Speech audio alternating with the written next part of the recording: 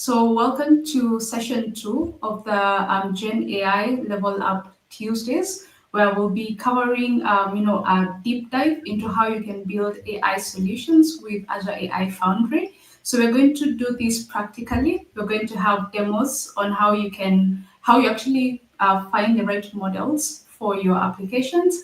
We'll also look at prompt engineering, the best practices, how do you get these models to behave the way you want them to behave. Then we're also going to have a demo on RAG. So we're going to introduce the concept of how you can bring in your business relevant data just to ensure that your models are the most performant. And then lastly, once you build your Gen AI solutions, we're going to look at how you can evaluate the outputs from this model. So that's quite a packed agenda, and we hope to have fun with all of you. So just a quick introduction. My name is Julia. I work at Microsoft as a cloud advocate in the JavaScript team. So that basically means our team looks after the JavaScript developers, ensuring that you're able to successfully get your solutions on Azure and integrate with our tools. And today I'm joined with Brian. Brian, do you want to introduce yourself? Thanks, Julia. Yes, Brian Benz here. I'm a cloud advocate at Microsoft as well. I'm based in Las Vegas and been at Microsoft for about 12 years and excited to show you all the demo features of AI Foundry today. Fantastic. Good to have you on the show today, Brian. So we also have some of our colleagues on the chat. So as we continue presenting today, ensure you drop in your questions on the chat. We have someone who will be there to answer the questions live, and we'll also be picking some of them as we continue. So for the agenda, I mentioned that we're going to start by having an introduction to Azure AI Foundry. We'll introduce some of the features that are available for you to use today. We're also going to look at some prompt engineering techniques. So basically, once you start using these models, how do you get them to behave the way you want them to behave? Then we're also going to look at grounding and customization. So how can you give these models access to your data for them to generate contextually relevant outputs? And then we're also going to look at how you can implement testing and evaluation as part of your implementation to ensure that you actually evaluate the quality of the outputs that you get from the models. Then lastly, we'll share a few resources to help you get started and some next steps for you to continue learning. So with that, let's dive right in. The whole idea for this session is for us to be as practical as possible. And so we are going to take a real world scenario to implement these key concepts that we'll be talking about. So let's imagine, at least for this session, that you are a developer for Contoso Outdoor Company, which is a fictitious company that specializes in selling outdoor gear and equipment.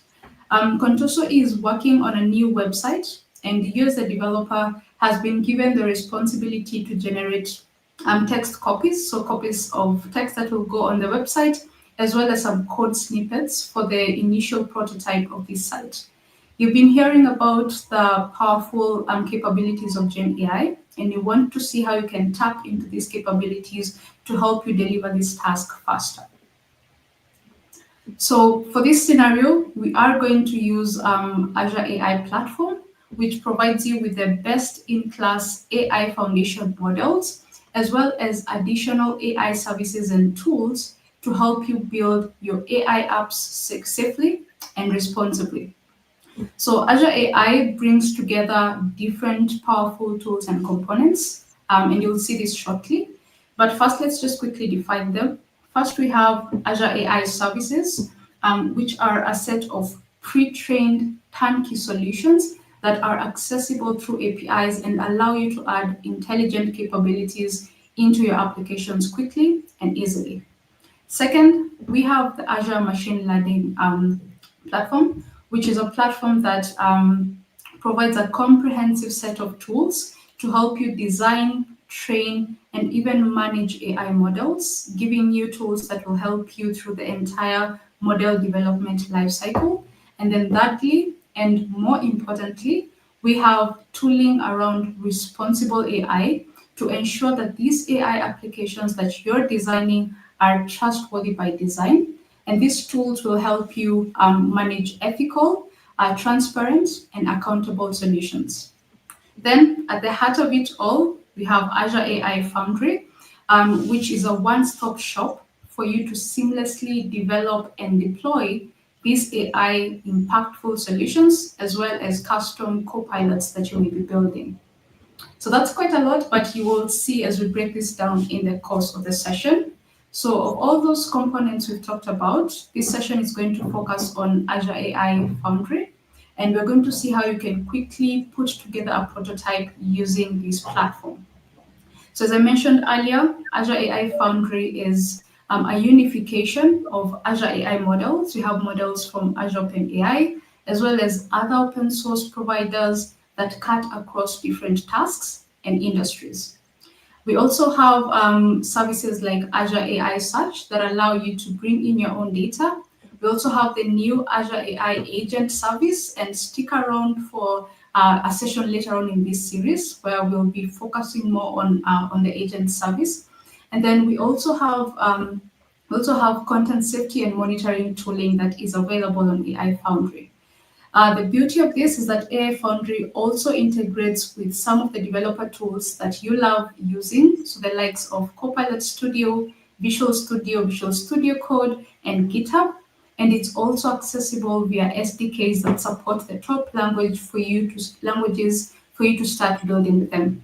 So enough of just talking about AI Foundry. I'm going to hand it over to Brian for a quick tour of the AI Foundry portal.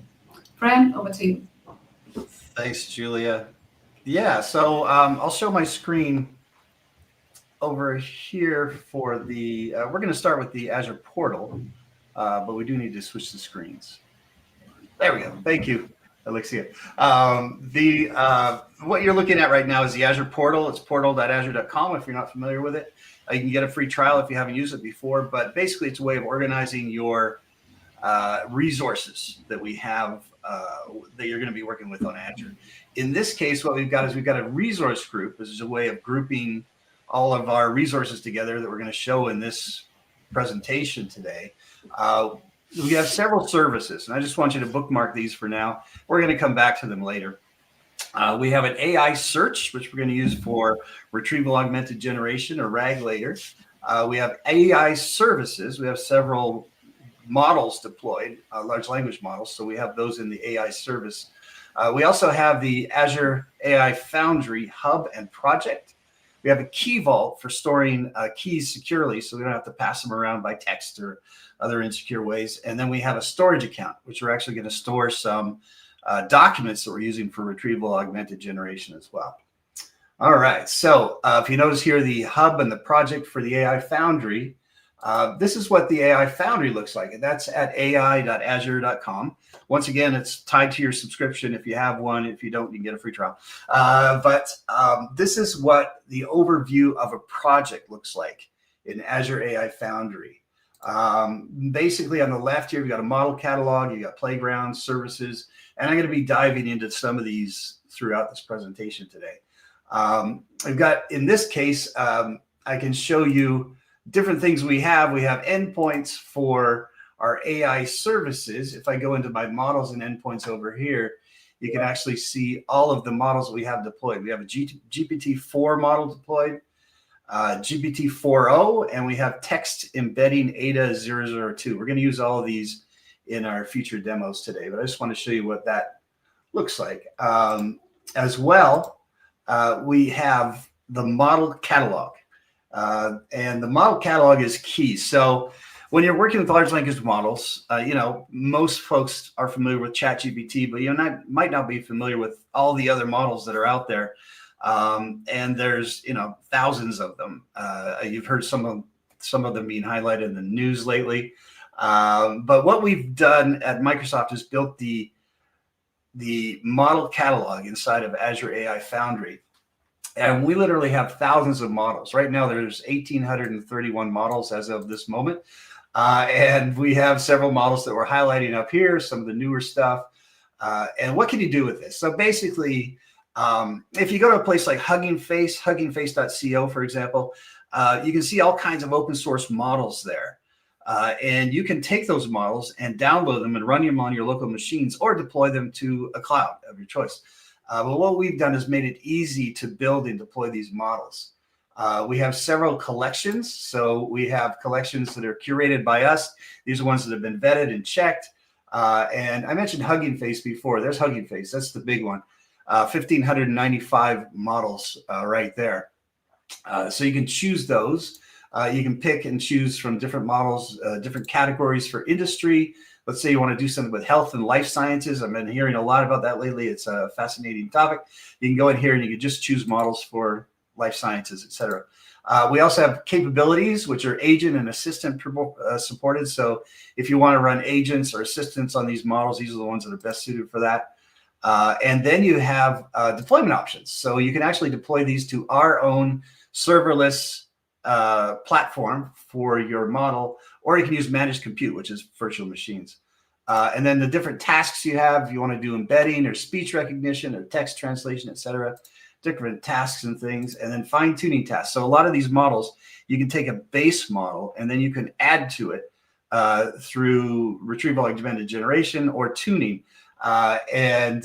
These models are particularly suited for certain tasks if you want to do fine tuning. And then there's sorted by license as well.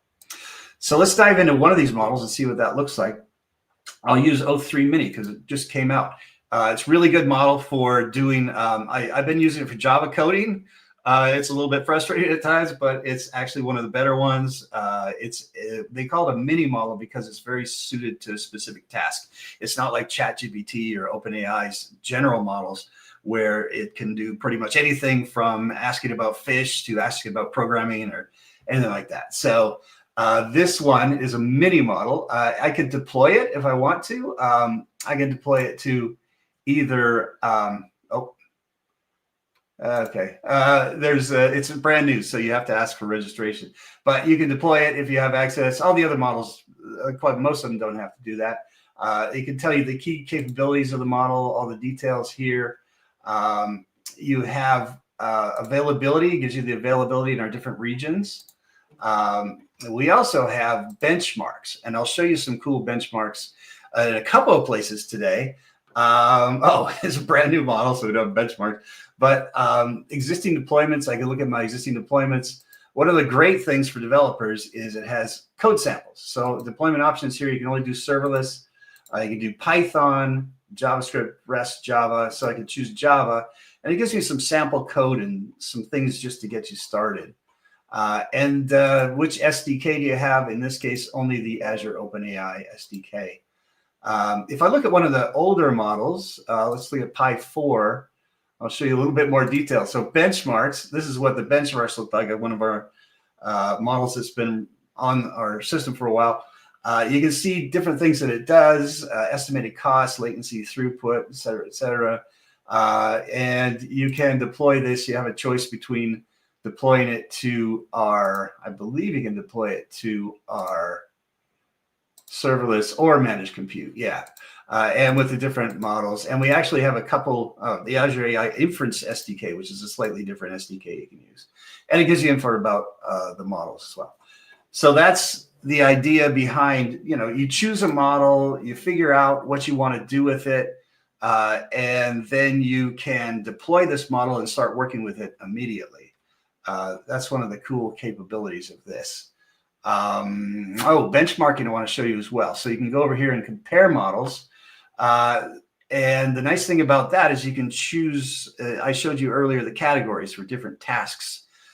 In this case, what you can do, it's taking a second to load here. You can actually choose different tasks. Let's say, let's do just retrieval. Remove. So what it does over here, it gives you a little graph on what's best suited to the task of retrieval. And you can see here that this is going to be the best one.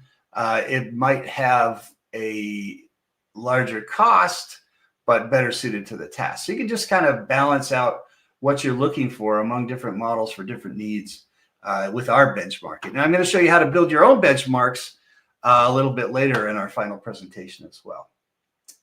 All right, so that's just a little bit about the AI Foundry portal. the model catalog, and I'll be showing you chat playgrounds next. And back to you, Julia. We'll swap back to your screen. Yeah. Yep, thanks for that quick overview of the portal. At least now you have an idea of where to get started if you want to see the available models, as well as just, learn more about the best use cases for each. So we'll now get into the next part of the presentation, which is an introduction to prompt engineering. So far you've seen how Microsoft has worked to put together this awesome platform to help you get started. But in real sense, you as a developer needs to, design and craft inputs that will actually make the difference, right? So for you to build impactful Gen AI solutions, this goes beyond accessing the right powerful models, but also comes down to how you craft and design your inputs to the model to ensure that you're getting specific outputs that will actually address your business cases. So this, as I mentioned, introduces us to the concept of prompt engineering, which is the art of designing model input that will ensure you receive consistent and quality responses from these models.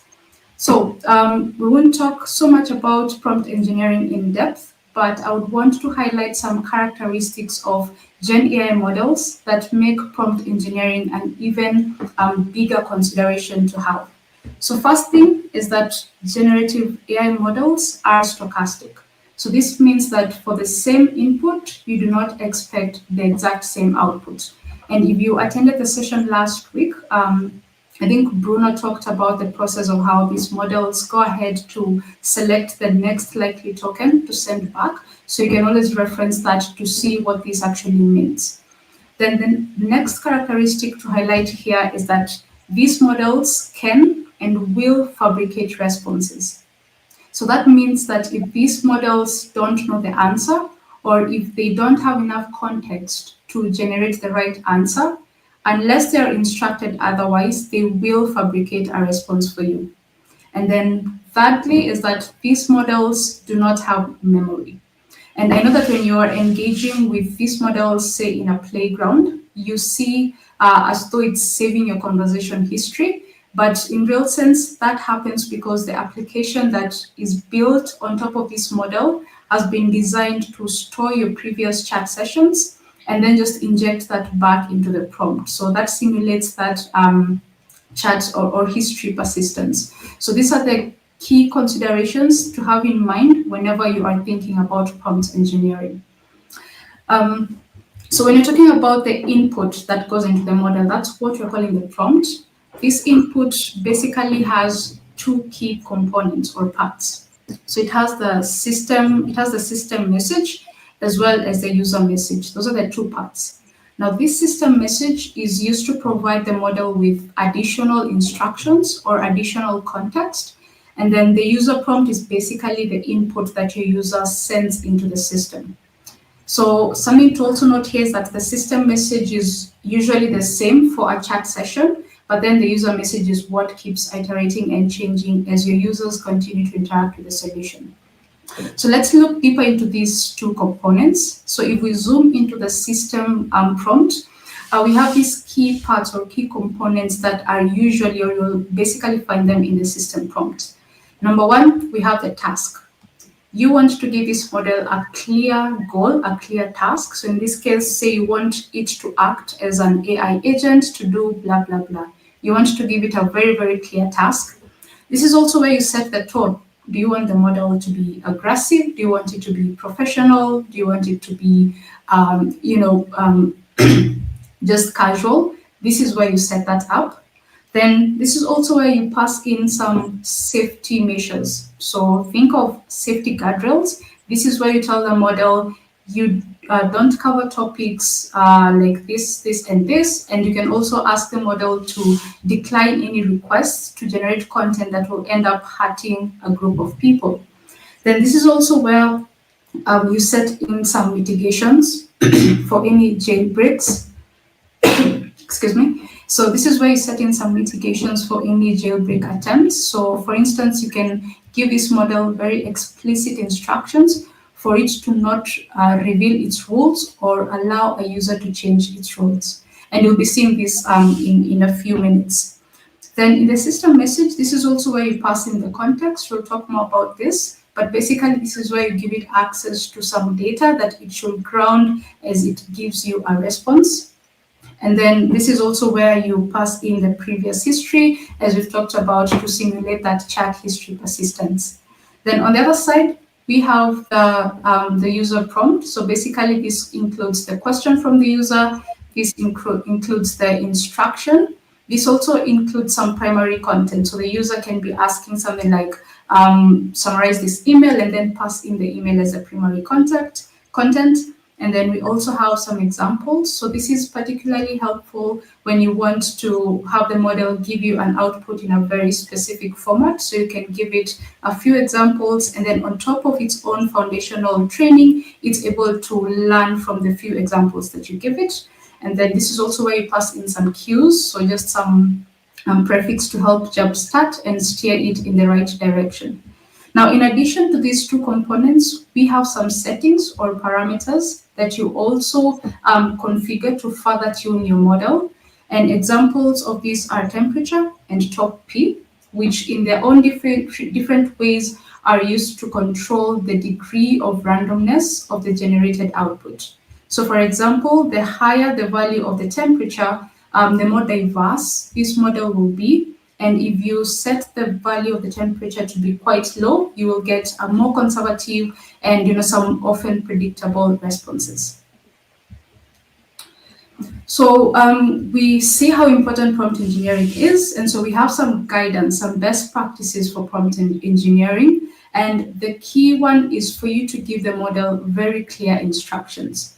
Do not leave any room for assumptions, and you do this by ensuring that you provide contextual specificity for the task that this model should perform. Then number two, you should always consider breaking down the requests into smaller and simpler tasks, right? And a technique that you can leverage for this is chain of thought, where it has proven that if you get a model to think out loud or talk out loud about the steps it's taking to address a particular challenge, you will often get a result that you wouldn't otherwise have achieved. So that's one key consideration as you're designing your prompts. And then lastly, always consider providing some examples or some additional details to define how you want the output to be. So something that you can use here is a technique called future planning. And basically, you'll be seeing this more in the demo later on. So something else to call out here is that prompt engineering is an iterative process of trials and errors. That means that as part of your life cycle, you should be able to handle refusals. And that is if this model, for some reason, is not able to accurately perform its assignment, use that as an opportunity to fine-tune your models, your prompts, to improve your prompts, to better guide these models to give you the desired outputs. So in the AI Foundry portal, we have some components called playgrounds, which are basically UIs that allow you to access these models and test them out before you actually translate these to code. And so you don't just get this on Azure, but you also get a prompt catalog, which is a list of predefined prompts and prompt templates that you can use for different use cases. So again, to show this in depth, I will hand it back to Brian, who will jump back on the portal and we can get to see all this in action. Cool. Thanks, Julia. Yeah, so I just wanted to mention, so we actually have several models deployed in this sample that we're using.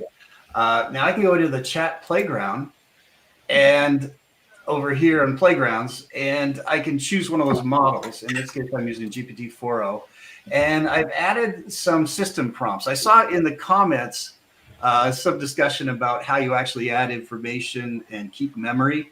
Yeah, the important point here is the large language models have no memory. You have to have the adjacent systems managing the memory for you. In this case, what we can do with the playground is we can choose any of those 1,831 models that I showed you.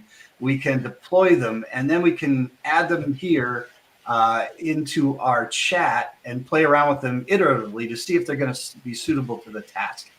We can also add some data, which I'm going to show you in the next presentation or in the next demo. And you can do all kinds of evaluations of your models to make sure that they're going to be suitable for the task you're looking for. In this case, what I've done is I've gone ahead and I pasted in some instructions and context over here. You have a task. You're a web copywriter for the Katoso outdoor company website, and your answer should be brief and engaging. Always show the word Katoso in capital letters. And then we've got another context setting for safety, which is basically in the copy you write, always stick to the subject of the company and products it offers. Avoid any irrelevant or controversial opinions. And then we're just going to ask it to suggest a tagline for the website landing page. So, I've had questions before. Well, is it just like ChatGPT? Well, yes and no, but you're using your own model. You're not using ChatGPT. You're trying out your own model and you're playing around with it. So it just gives you an answer here. Katoso, your adventure starts here. All right. So let's look at something a little more complex. Test it out. And this is going to break the prompt down into smaller parts. So paste this here. Write a short welcome message for the home page, specifying the company name and the main value proposition. Write a brief description of the business, including categories of products, and write a short description for each of the following. And here's the categories: tents, backpacks, hiking, clothing, sleeping bags. All right, let's hit that. So it thinks for a second, and it comes back with this welcome message. Let's open this up a little better here. So just welcome to Katoso, blah, blah, blah, about us, and then product descriptions, and it created a little blurb for each one of these. Now, these are totally made up. They're based on the information that's in the model and not the information that's about your company. In the next demo, I'm going to show you how you actually add information of your company and make them a little more specific. But let's go to the next prompt. This is what's called a chain of thought prompt. So the large language model breaks the task down into smaller steps for you. So let's look at that. In this case, take a step-by-step approach to your response, including a welcome message, a brief description of the business, and a description of your product categories offered with the categories. Also, give reasoning before sharing the final answer in the below format. Answer is website copy. So it's going to give us the reasoning behind the responses that it came up with. In this case, the reasoning is to create, and by the way, it's always a little bit different. You mentioned there was in there the word stochastic in the presentation, and that means that the prompts can generate different responses each time you ask. So to create an engaging and professional homepage for Katoso's e-commerce website, we need to address 3 key elements, and they mentioned the welcome message, business description, and the product category. And then the answer is here. So it actually does that. It does the welcome message, about us, and the product categories. And it has a slightly different description for each category as well. There's also a different kind of prompt called a few-shot learning prompt you can use, and that kind of steers the model towards the desired outcome with examples. So in this case, we're going to ask the large language model to create a list of 10 product names for the Katoso outdoor shop and include the type of item. And here's some examples that we want to share, and the large language model is actually going to base their responses on these examples. So there you go. So it actually used the same format, and it gave you some new ideas for products and the category that they would fit into, the product names. The next thing I want to do, I want to start completely differently. We're going to come over here, and we're going to add something else to our context, and it is something new to our context. You are a web designer for the Katoso Outdoor Company e-commerce website. Your goal is to generate website copy. So you apply the changes, and that's going to update the system message so we have some control over that. The next thing we're going to do is something kind of cool. We're going to take this image that one of our colleagues created, just handwritten, and we're going to ask the large language model to actually build a website based on that image. So the first thing we do is import this image. All right, let's do that. It should be there, yep. And then we want to ask the large language model, in this case GPT-4o, to generate the HTML and Bootstrap code to implement the UI of the e-commerce landing page based on the hand-drawn sketch. So it does. It actually builds it.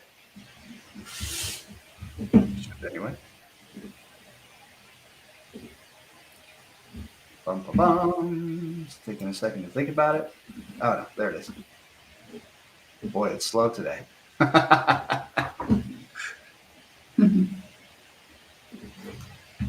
Okay, there we go. Now, sometimes it doesn't do the whole thing. I think it's looking, I think it might stop. Yeah.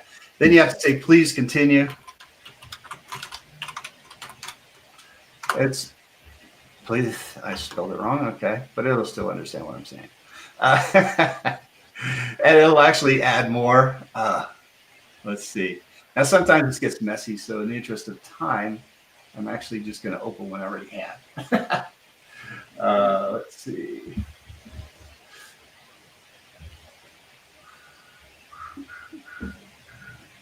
Actually, now let's do this. Let's do this. So,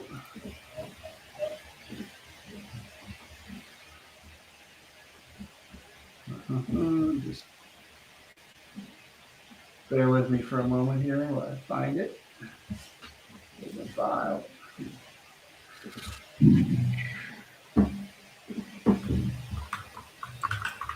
All right. There it is. So here's the actual site, and then I can preview it. And as you can see from here, it's very similar to what we generated. The image, if you compare it to the image that we had, that's the image, Contoso Outdoor Company, tents, backpacks, hiking clothing, and actually read all the text, did pretty well. So that's the idea behind this. So you can actually get it to generate code for you. You know, in a real world environment, when it's not a demo, you might have to adapt it and add some more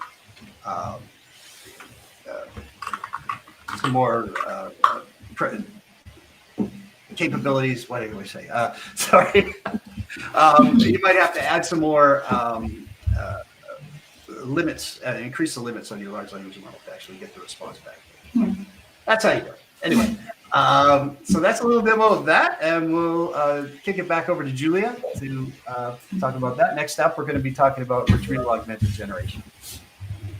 Yep, thanks, Brian. I've actually seen a couple of questions on this, so we'll cover that in this section. Yeah, thanks for the demo. I think it's pretty cool how from an image you can easily just transform that into a quick prototype. Anyone can do that, and that just simply saves on a lot of time. So as Brian mentioned, we'll get into part 3 of the presentation, that is RAG. The guiding principle here is that we cannot talk about inputs to large language models without talking about data. So data is simply the fuel for generative AI, but unlocking and achieving this high-level data has several challenges which we'll be talking about. So for instance, let's take complexity, right? So when you're working with Gen AI, we work with data sources that are more multidimensional. That means we are not just limited to working with structured data, and this in some cases can be challenging. Number 2, I agree that models are evolving quickly. We are seeing new models being released, but data is being generated even faster. So this actually makes it much difficult to guarantee that you will always surface the very latest information that is available. And then third, we have the fact that these models, still are not aware of any knowledge base that wasn't part of its training data. And this is actually including your organization's internal facing data, as well as any data that sits behind a firewall.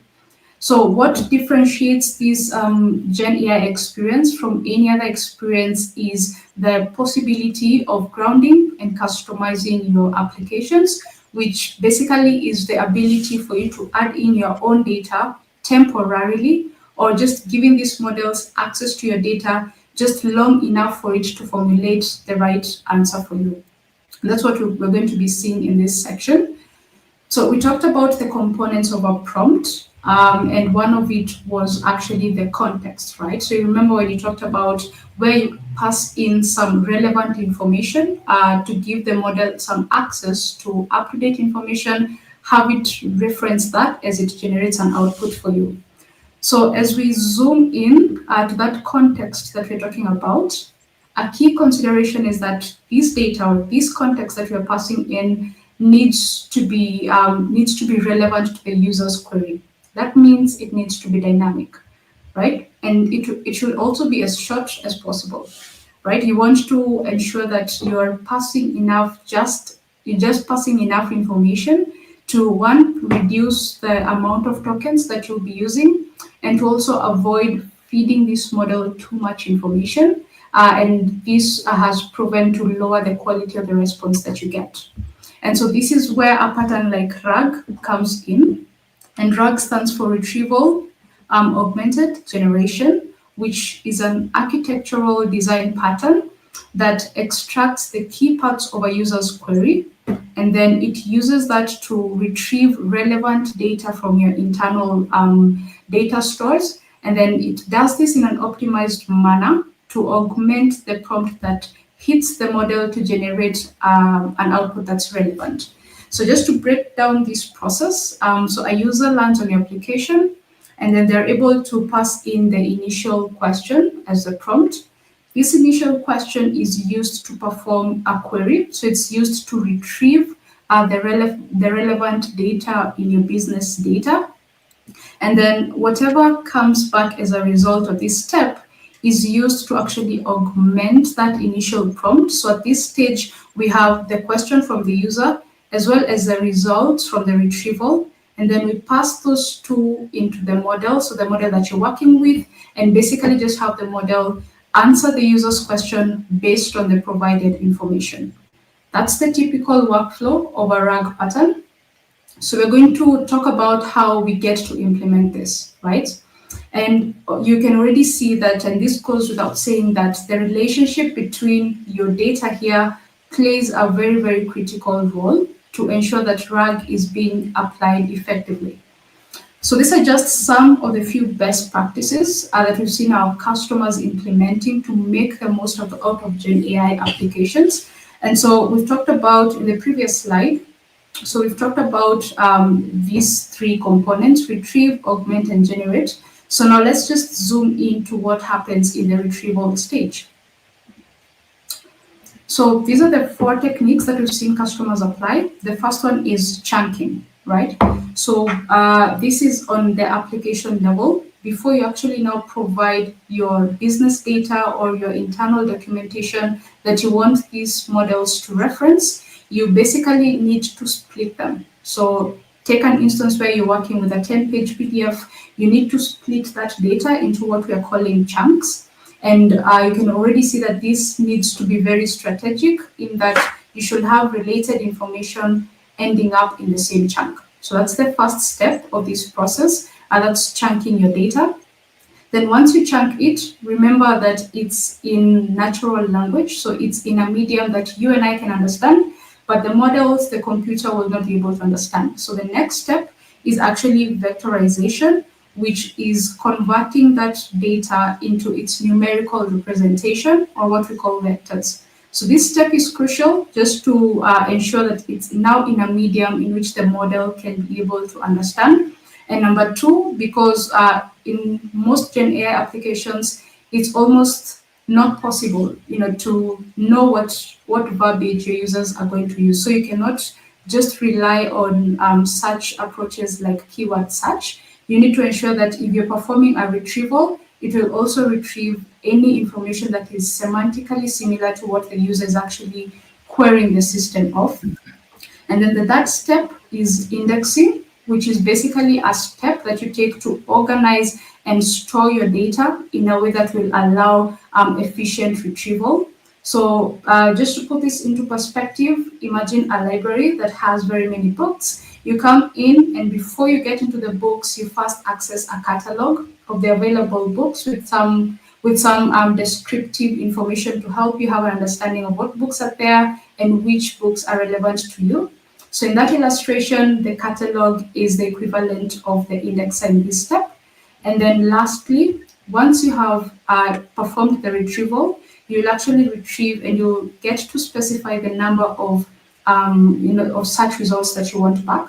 And now, based on these search results, you also want to have an additional layer of ranking them in accordance to their priority. So these are the 4 best practices when it comes to implementing the retrieval. And I know that breaking it down that way makes it look like it's quite a complex process, but Microsoft is committed to simplifying this process by ensuring that we provide this end-to-end experience out of the box. So if you're looking for the best-in-class search service in Azure, go for Azure AI Search that provides all of these features that we've talked about out of the box, and it takes care of that end-to-end data pipeline for you. That is from chunking all the way to semantic ranking. However, that is not the only option that you have in the Azure ecosystem.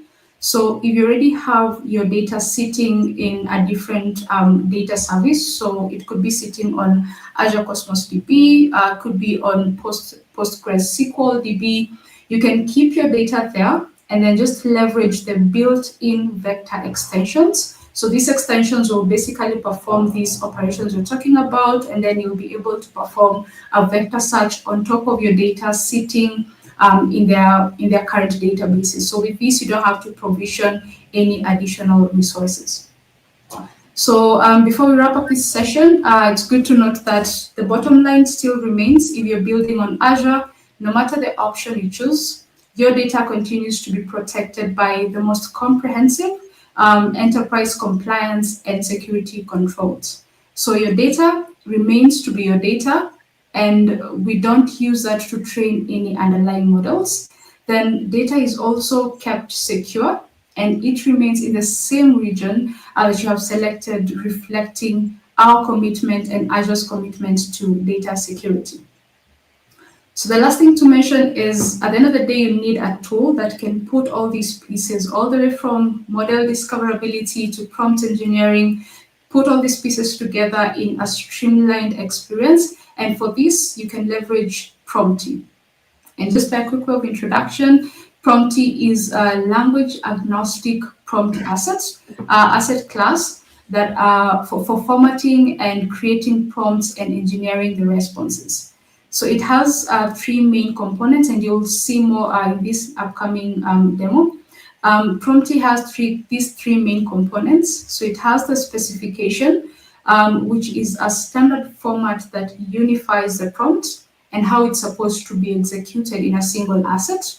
And then the second is the tooling, which is offered through a VS Code extension. And this comes in with supported features like syntax highlighting, variable validation, and the likes. And then that, we now have the runtime that basically is the prompt engine to put all these together. So with that, again, I will invite Fun Brian to walk us through how you can actually do this in practice. Thanks, Julia. Hey, before I get started with this demo, I just wanted to say, so this is the chat playground that I used before. There were some comments about other playgrounds in the comments. So I did want to highlight a couple of things as well. Aside from the chat playground, which I just showed, we also have a speech and agents playground. Someone was specifically asking about agents and assistants. This is where you would build those. And then the real-time audio, images, languages. We have several different playgrounds and different things you can do. It's not just the chat playground. It's in the AI Foundry. All right, so moving on. Yes, I wanted to mention Prompty as well. So Julia gave a great introduction to it. I did want to mention it is open source. You can find it. Our great colleague Seth Juarez created this, and it's an awesome tool. You can actually download and play with it yourself, and there's an extension that you can use in Visual Studio Code as well. So to begin with, what we're going to talk about in this demo is retrieval augmented generation. And what I've done is inside of data and indexes, I've actually created a products catalog and an index for this as well. So these are the products. There's a listing there, and then the products catalog is the actual index. And if I go here, I can see inside the UI, we have multiple different markdown files that are built and shared. And these are in the repo that I'll share with you later. So you can see here, these are markdown files that describe information about different items that we have. And those can be used to augment your data. When you have a chat that you're actually working with, instead of just going out to your model and asking it to make something up, you can actually grab some of the data that you have that's real data called grounding and actually pass some of that data into your query of the large language models and then say, make something up, but base it on these items. So that's basically retrieval augmented generation in a nutshell. And let's show you how it actually works when you're using it. One of my colleagues, Carlotta Castelluccio, has created a great, oops, this is not it, hold on. There we go. A great Python script here, which basically gets a whole bunch of stuff. If you know anything about Python, don't worry, I'm going to go through this real quick, and I'm going to show you prompty, which makes it real clear what the steps are. But basically, all you do is you get some environment variables from your local machine or wherever you're running this. You grab some credentials that you're going to use to access your OpenAI models, your AI models, and you start a tracer. And this is where prompty kicks in. So you have prompty, which is going to build a trace file. And I'll show you what that looks like in a second to see how this works. Because, you know, not that we don't all write code that works exactly the way we want it to the first time, but sometimes you might have to run it a couple of times to make sure it's working. And to do that, this tracer is so very useful because it shows you the different steps and lays out the very clear things that are happening inside of your code to do retrieval augmented generation, pass the data to the model to get a response. So the next thing we do is just do a vector query. That query goes out to that database that I just showed you, our data and our index, and it grabs the relevant information for this query. And then you ask a question inside the search index. That's how you actually grab the data. Then you pass that to your OpenAI, in this case, the text model that we're going to use, text embedding Ada 2. That actually searches using the text embedding Ada 2 to retrieve the data from your index. And then it passes it to your AI model and gets a response for you. And the question we're going to ask is create the website copy for the catalogs page. Now, when this Python runs, it generates this tracing file. Why is it not opening? Let me just do this quick. Something wrong with the extension. Yay. There it is. Okay. So the first thing we do is get embedding. I was watching a podcast the other day, and they said there's no word for adding information into your large language model for training. It's called embedding. It's embedding. It's been there forever. Anyway, so embedding is basically just pulling some data that you're going to be using. And output here, you can see here the values. This is the values we're going to use in a vector search. Okay, so let's go back to the prompt. Then you're going to retrieve the documentation from your search service. You're going to load it. You're going to prepare it. And when you prepare it, it looks something like this. It adds the data that you're going to be using. And there's a lot more there. And then you have a renderer. Jinja is a Python renderer for just organizing things into a digestible format for large language models. And then you have a prompty chat parser. The parser is going to put in the input, the question, You serve as a web copy. You saw the question earlier to serve as a web copy builder. Build some questions. The response you get back is a bunch of context for this. All right, then you execute the actual prompts. You load, prepare, you render the response, and then you have a chat parser, which actually brings that back. You go out to OpenAI, you ask the question, passing the data you had. So you pass the data that's a result of that search from your search index as part of your prompt out to OpenAI. And the end result of that, I'm just a little pressed for time, so I want to put that out here at the end. The end result of that is the output. So the output has been generated by OpenAI, but it's been grounded and augmented by your index data that you had.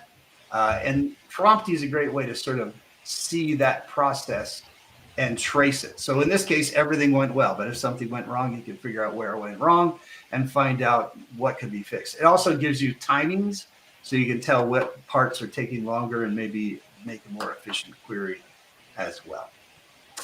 All right, so that's just a little bit about retrieval augmented generation. I'll give it back to Julia to talk about evaluations, and I've got a really quick demo for that as well.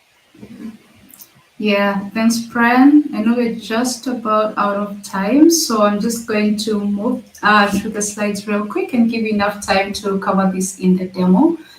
So after you have built your prototype, so you now have a design prototype, does this end there? Absolutely not. The next question that you need to ask yourself is this flow or is what you have good enough to be operationalized and even released into a production environment?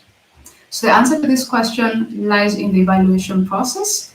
And there are some factors that you need to consider. So number one, we need to measure how and if these answers from the system are incorrect, if they're irrelevant, and if they contain any harmful responses for you to take action. Two, we need to be prepared to face any new and upcoming attack methods, such as the jailbreak attacks that we talked about earlier. And then you also need to be able to mitigate and have workarounds for such attempts. Then lastly, for the traditional AI models, if you just wanted to have a feel or an understanding of how reliable these models were, you simply just needed to measure the distance between the predicted value and the actual value. That way you get a sense of the accuracy score of that particular model. But with Gen AI models and their stochastic nature, you find that we simply just don't have the ground truth. So we now need to define new metrics that will allow us to understand how reliable these models are. So for that, we now introduce the concept of evaluation. Again, an ongoing process of trial and errors. And this basically means that with Gen AI, we need to completely redefine how we evaluate the systems. So the approach that we take here is that we'll take a test set. So it's just a bunch of inputs that we need to test, and then we will run them through the system. The system is going to generate outputs, and then we're going to take those outputs, and then we're going to basically evaluate them against defined metrics, and we'll talk more about them. And then from this, we're going to get some form of performance score, right? Now we have two approaches here. We have this evaluation that can be manually done, or it can be automated.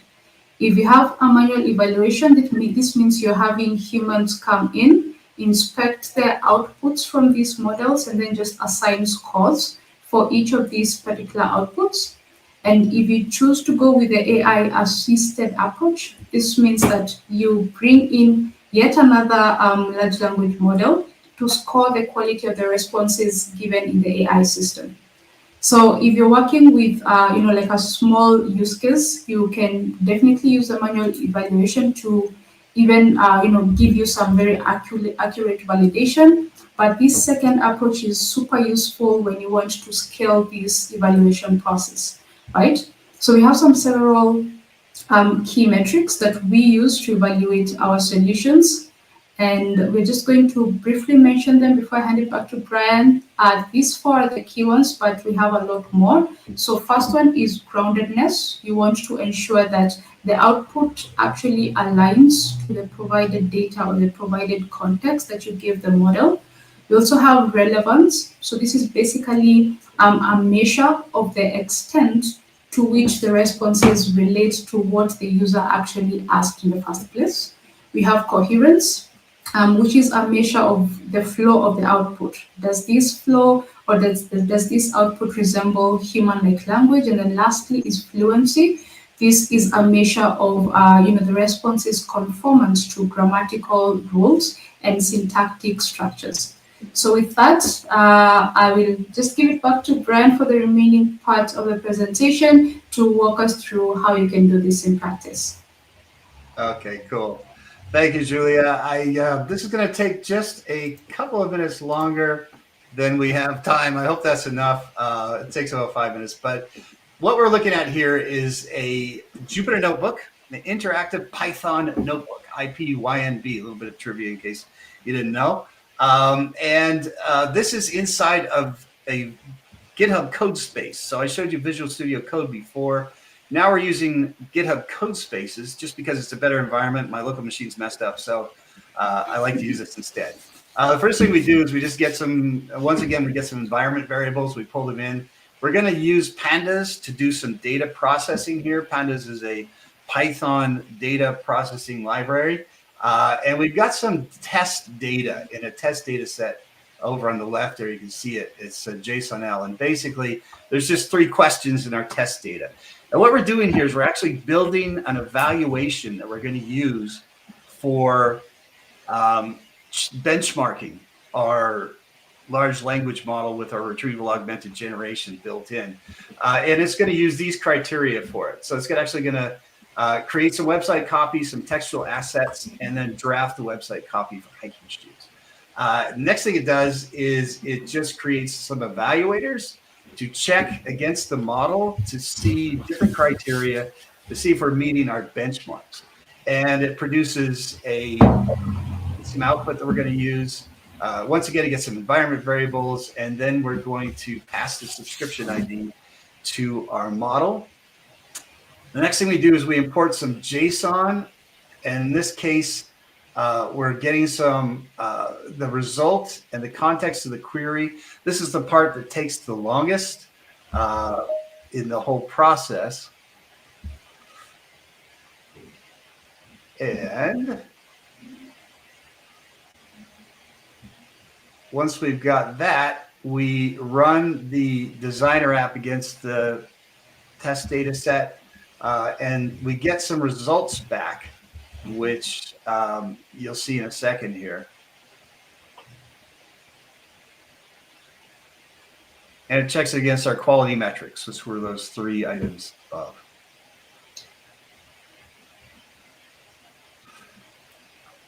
So we're going to check for relevance, fluency, coherence, and groundedness, exactly the 4 things that Julia described there.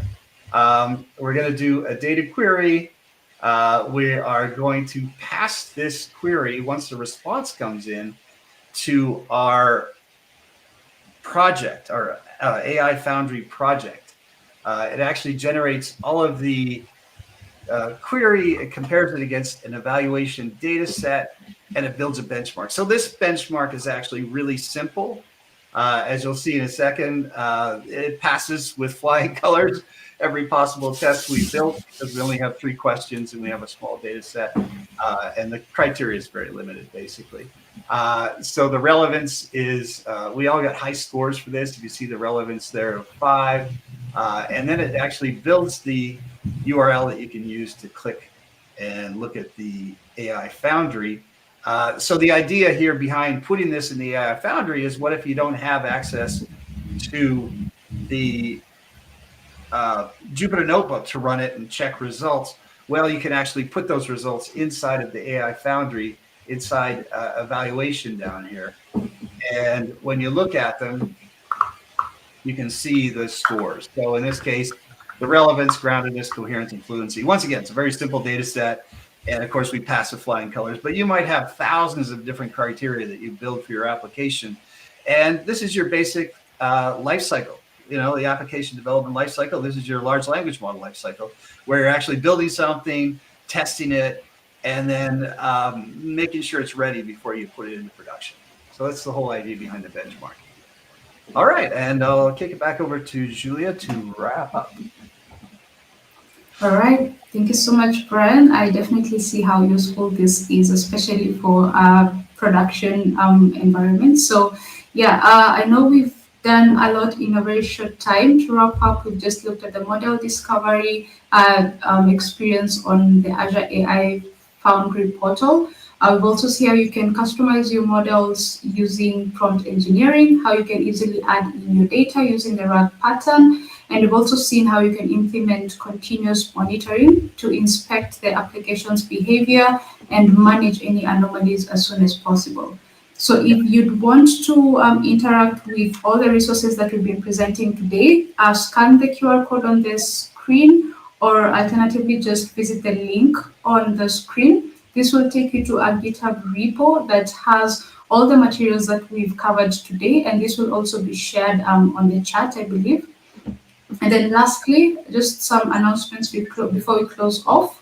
We do have a Cloud Skills Challenge that is running for this particular series. It will run all the way till March 4th. So please consider joining the Cloud Skills Challenge for your own self-paced learning experience. We have a consolidation of very useful and practical modules to help you get a grasp of these concepts even further.